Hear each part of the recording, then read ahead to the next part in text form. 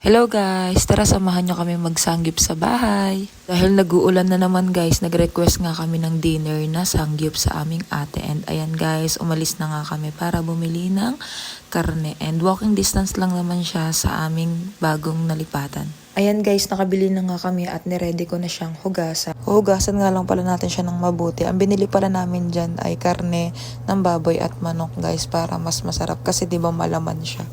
Ayan guys, nilabahan ko nga lang ng parang damit yung lempo ng baboy dyan para naman matanggal yung mga sebo-sebo at duminong mga nakakapit dyan. And ayan ang manok na breast, nilinis ko lang siya at hinihimas-himas ko lang. At ayan na guys, hiniwa-hiwa ko lang siya ng maliliit para naman sakto lang yung laki ng baboy at manok. Tapos nga lang guys, ang gagawin naman natin ay imamarinate natin. Ang ginawa ko lang sa manok ay nilagyan ko lang ng paminta, asukal, oyster at konting patis. Next naman ang baboy guys, ang ginawa ko naman nilagyan ko lang ng konting paminta at saka asin. Yan guys, sinalo-halo ko nga lang yung baboy. Tsaka pala umorder kami ng lettuce at kimchi. Habang nagpiprito kami guys, nagawa na pala ako ng cheese. And yung cheese ko ay, ginawa ko ay ebap tsaka Eden cheese. And ayan na guys, ito na nga pala ang aming naluto na baboy at manok. And ang cheese, syempre may lettuce at kimchi kami para naman mas masarap ang aming kain ng dinner na samgyup sa bahay. Siyempre guys, happy tummy na naman tayo dahil nasunod na naman ang ating cravings.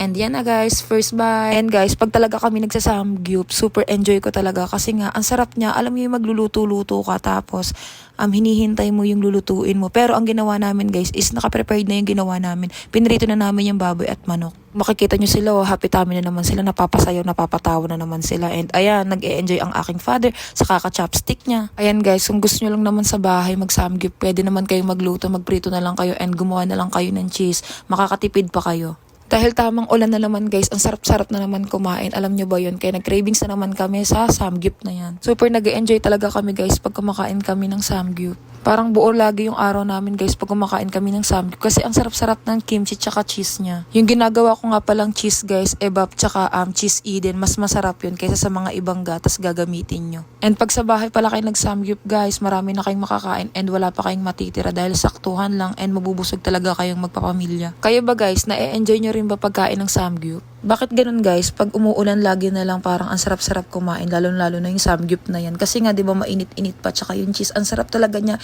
i-combine lalo na yung kimchi, rice at cheese at karne. Siyempre guys, mas masarap kumain lalo na pag buo pamilya nyo at sabay-sabay kayo. And ayan guys, nag-enjoy nga sila, naubusan nila ang cheese ko dahil nga masarap. And ayun lang guys, hopefully nag-enjoy kayo sa aking mga video and nabusog ko kayo sa aking mga video. Sana subaybayan nyo pa ang mga susunod kong video. Thank you so much. Ingat. Bye!